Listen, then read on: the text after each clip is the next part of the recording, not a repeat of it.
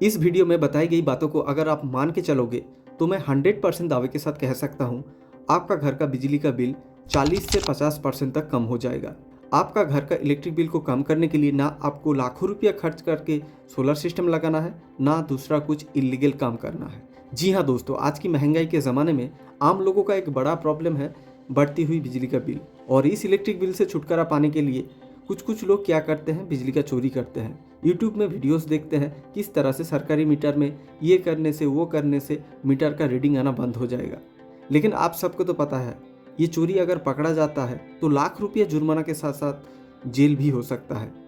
लेकिन दोस्तों, हम लोगों में से मैक्सिमम लोगों के पास ये इन्फॉर्मेशन नहीं होता है, या फिर हम लोग जाने में अनजाने में जो हमारी घर में इलेक्ट्रिक इक्विपमेंट को इस्तेमाल करते हैं उसको इस्तेमाल करने का सही तरीका पता नहीं होता है। मतलब कौन सी इक्विपमेंट को इस्तेमाल करना चाहिए, कौन सी इक्विपमेंट को इस्तेमाल नहीं करना चाहिए, किस तरह से इस्तेमाल करना चाहिए, इसका कोई नॉलेज नहीं होता है, जिसकी वजह से हमारी घर का बिजली का बिल दिन पे दिन बढ़ता रहता है। तो दोस्तों, आज इस वीडियो में मैं ऐसे 7 आपको टिप्स बताऊंगा, 7 ऐसे इन्फॉर्मेशन आपको दूंगा जिसको अगर आप मान के चलोगे ना तो आपका बिजली का बिल का जो रिड्यूशन है वो आपको ज़रूर देखने के लिए मिल जाएगा। हेलो फ्रेंड्स, मैं हूं सौरभ। तो चलिए आज की इस सुपर इन्फॉर्मेटिव वीडियो को शुरू करते हैं। नंबर 1 है लेड एसिड बैटरी। दोस्तों, आप अगर अपनी घर में लेड एसिड बैटरीज का इस्तेमाल करते हैं, चाहे अपनी इलेक्ट्रिक व्हीकल्स में, मतलब अपनी स्कूटर में, ई रिक्शा में, या फिर अपनी इन्वर्टर बैटरी में, या फिर अपनी जो छोटे इमरजेंसी लाइट है उसके अंदर भी अगर आप लेड एसिड बैटरीज का इस्तेमाल करते हो तो ये बात आपको ज़रूर ध्यान में रखना चाहिए। जब भी दोस्तों आपका बैटरी बैकअप कम कर देता है, मतलब आप जो इलेक्ट्रिक व्हीकल पहले 60 किलोमीटर जाता था सिंगल चार्ज में, वही इलेक्ट्रिक व्हीकल अभी बहुत ही मुश्किल से 10 किलोमीटर जाता है, या फिर जो इन्वर्टर बैटरी आपको पहले 12 घंटे का बैकअप देता था वही इन्वर्टर बैटरी फिलहाल आप 1 घंटा भी ठीक से बैकअप नहीं दे रहा है, तो दोस्तों आपको जल्दी से जल्दी बैटरी को रिप्लेस करना चाहिए या फिर बैटरी को खोल देना चाहिए। क्योंकि दोस्तों, जब भी आप एक ख़राब बैटरी को चार्ज करोगे ना, चार्जर को या फिर आपके जो इन्वर्टर है उसको ये नहीं पता होता है ये बैटरी ख़राब है या फिर सही है। उसका सिर्फ वोल्टेज से मतलब है। मतलब एक 12 वोल्ट बैटरी का जब वोल्टेज 13 वोल्ट के आसपास हो जाता है तब ये इन्वर्टर या फिर चार्जर उसको कट ऑफ कर देता है और चार्जिंग करना बंद कर देता है। लेकिन दोस्तों, जिस बैटरी का 1 सेल 2 सेल ख़राब हो चुका है उस बैटरी का दोस्तों आप जितना भी चार्ज करो ये बैटरी 13 वोल्ट तक आ ही नहीं पाता है। और इसलिए चार्जर क्या करता है, इन्वर्टर क्या करता है, पूरे कंटिन्यूसली इस बैटरी को चार्ज करता रहता है, लेकिन इस बैटरी का पेट कभी भी नहीं भरता है। आप अगर ध्यान दोगे, जो बैटरी ख़राब हो गया है या फिर बैकअप उतना नहीं दे रहा है उसके पास अगर जाओगे आपको थोड़ा हीट महसूस होगा। मतलब जब भी आप उसको चार्ज करोगे ना उसमें आपको थोड़ा हीट महसूस होगा। मतलब ये जो इलेक्ट्रिक एनर्जी जो बैटरी के अंदर स्टोर होना चाहिए वो क्या होता है, हीट एनर्जी के रूप में बाहर निकल जाता है। मतलब ये पूरा जो एनर्जी है वेस्ट हो जाता है। तो दोस्तों, अगर आपका बैटरी बैकअप नहीं दे रहा है, ख़राब हो चुका है, तो उसको रिप्लेस कीजिए। अगर रिप्लेस करने का फिलहाल पैसा नहीं है तो उसको इन्वर्टर के साथ या फिर चार्जर के साथ डिस्कनेक्ट करके रख दीजिए। और दोस्तों, यहाँ पे मैं और भी एक बात कहना चाहता हूँ, अगर आप अपने घर में लेड एसिड बैटरीज का इस्तेमाल करते हो तो आप कोशिश कीजिए इसको कम से कम यूज किया जाए। क्योंकि एक लेड एसिड बैटरी का डेप्थ ऑफ डिस्चार्ज है करीब 50%। मतलब एक बैटरी को अगर आपको चार्ज करने के लिए 2 यूनिट बिजली का खपत हो रहा है, जब वापस उस बैटरी से आप इलेक्ट्रिसिटी को लोगे तो वहाँ से आप ज़्यादा से ज़्यादा 1 यूनिट तक बिजली को ले पाओगे। तो बीच में जो 1 यूनिट ना ये पूरा लॉस हो गया। तो आपको कम से कम बैटरीज का इस्तेमाल करना है। आप चाहो तो लिथियम बैटरी का इस्तेमाल कर सकते हो, क्योंकि लिथियम बैटरी का जो डेप्थ ऑफ डिस्चार्ज है वो करीब 95% है। नंबर 2 दोस्तों, नंबर 2 है सीलिंग फैन। दोस्तों, हमारी घर का, हम सबके घर का बिजली का बिल ज़्यादा आने का एक बड़ा रीज़न है हमारे घर में जो सीलिंग फैन लगा हुआ है।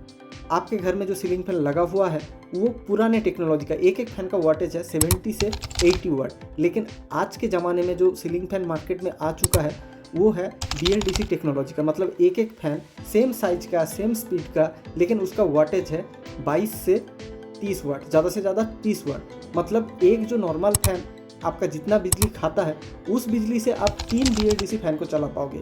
मतलब यहाँ पे आप समझ सकते हो, अगर आपके घर में BLDC फैन लगा होगा तो बिजली का कितना ज़्यादा सेव हो जाएगा। तो दोस्तों, मैं आपको तो ये नहीं कह रहा हूँ आप अभी के अभी जाइए सब जो पुराना फैन है उसको खोल के BLDC लगा दीजिए। मेरा कहने का मतलब है, जब भी आपका पुराना फैन ख़राब हो जाएगा उसको और रिपेयर मत कीजिए, उसको बेच दीजिए और एक BLDC फैन खरीद के लाइए।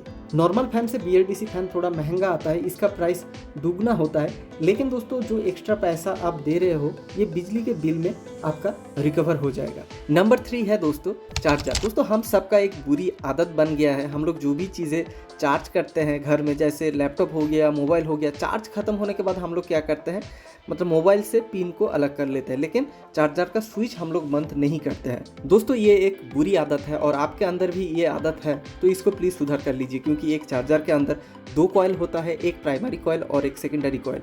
चाहे आप मोबाइल को चार्ज ना करें फिर भी अगर चार्जर आपका ऑन रहेगा तो इसमें से एक कॉइल एक्टिव रहेगा और ये कुछ ना कुछ इलेक्ट्रिसिटी का कंजम्पशन करेगा, तो इसलिए बिल भी ज़्यादा आएगा।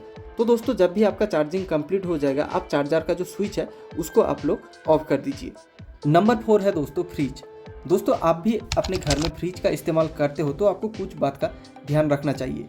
जैसे फ्रिज पुराना होने के साथ साथ फ्रिज के दरवाजे में जो एक सील रहता है ना, वो सील कभी बीच में टूट जाता है या फिर पतला हो जाता है, जिसकी वजह से क्या होता है, फ्रिज का अंदर का जो कूलिंग है वो बाहर चला आता है और इसलिए कंप्रेसर को कंटिन्यूअसली रनिंग कंडीशन में रहना पड़ता है और इसलिए बिजली का बिल भी ज़्यादा आता है। और दोस्तों फ्रिज में कभी भी आप लोग गर्म खाना को ना रखिए, पहले उस खाना को रूम टेम्परेचर में आने दीजिए, उसके बाद उसको फ्रिज के अंदर डालिए और कोशिश कीजिए फ्रिज का दरवाज़ा कम से कम खोलने के लिए, मतलब बेवजह फ्रिज को ओपन मत कीजिए, क्योंकि जितने बार आप फ्रिज का दरवाज़ा खोलोगे आपका इलेक्ट्रिसिटी बिल उतना बढ़ता रहेगा। क्योंकि जब आप फ्रिज का दरवाज़ा खोलते हो कूलिंग बाहर आता है और उस कूलिंग को फिर से करने के लिए कंप्रेसर को ज़्यादा रनिंग कंडीशन में रहना पड़ता है, तो कोशिश कीजिए फ्रिज का दरवाज़ा कम से कम खोलने के लिए। नंबर 5 है इंडिकेटर। दोस्तों आपके घर में स्विच बोर्ड में अगर वही पुराना वाला फिलामेंट का इंडिकेटर लगा हुआ है तो आपको जान के हैरानी होगी, ये एक इंडिकेटर 4 से 5 वाट का होता है। मतलब आपके घर में अगर 10 इंडिकेटर भी है ना तो हर घंटे 50 वाट का पावर कंजम्पशन होता है, वो भी पूरा 24 घंटा 365 दिन। तो इससे आप लोग अंदाज़ा लगा सकते हो सिर्फ इंडिकेटर से कितना ज़्यादा बिल आता है। दोस्तों आज के डेट में बेवजह हर एक स्विच बोर्ड में इंडिकेटर रखने का कोई मतलब नहीं है, फिर भी अगर रखना चाहते हो आप तो आप LED वाला इंडिकेटर लगा सकते हो। Number 6 heating element.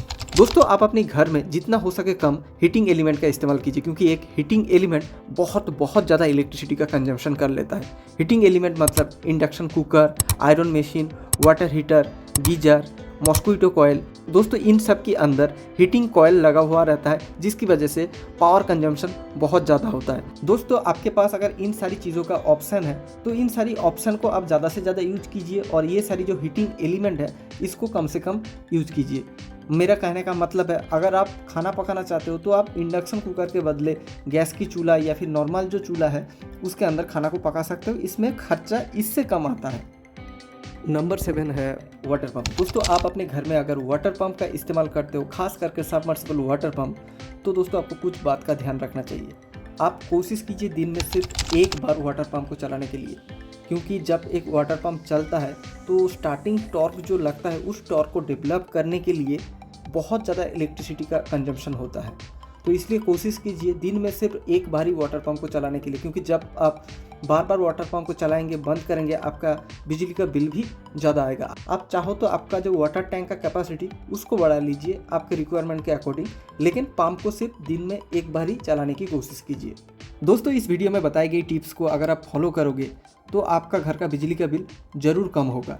दोस्तों आज के लिए बस इतना ही, मिलते हैं अगले एक नई वीडियो के साथ। और ये वीडियो अगर आपको अच्छा लगा है तो इस वीडियो को लाइक करके चैनल को सब्सक्राइब करके आप हमें सपोर्ट कर सकते हैं। मिलते हैं नेक्स्ट वीडियो में। आपका दिन शुभ रहे।